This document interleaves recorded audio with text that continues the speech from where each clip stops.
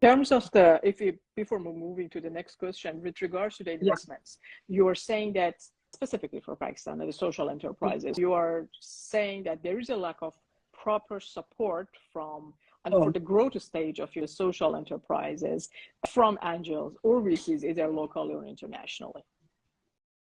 We were just talking about this very limited to no understanding of what a social enterprise is. We are further complicated by the fact that there's sectors that people get excited by. For example, mobility. I'm not suggesting it's not important. It is very important in a country like Pakistan. Public transportation, solutions around mobility, hugely important. But then you'll see almost like there'll be a leader and then everybody's investing in mobility for a few years and nobody's investing in anything else. For example, if you look at health and education in Pakistan, they've been in crisis forever. And post-flood, they're in mega crisis. But do you suddenly see funding flowing in for that? No.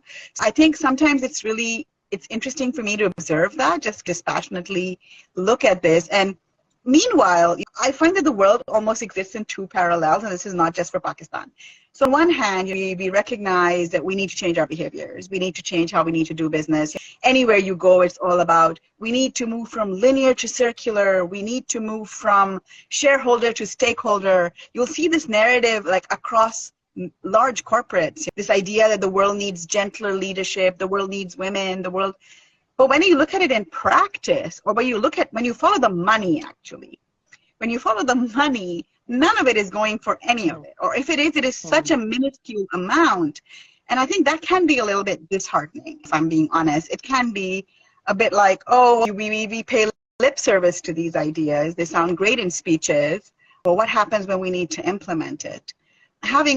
But equally, as I said, our idea is that we're going to bring human ideals back into retail, because there is this flawed idea of how the marketplace currently operates. All marketplaces, not just for craft, not just for culture, that they're coercive. You look at like labor issues across supply chains. You look at things like fast fashion destroying the planet. I think even the average person is fairly conversant on these issues now. A couple of years ago, you were speaking to a niche audience. Now everybody gets it.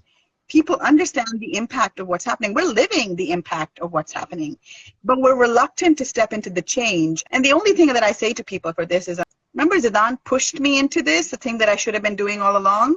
Well, you're going to get pushed into it. There's not going to be an opportunity. I don't think it's going to be a choice much longer. I think it'll be nice if we choose to do it ourselves. It's just a lot easier. You step into it with grace and ease, or you'll stumble into this new world where we'll have to find a new way, because clearly the current models are not working. Definitely.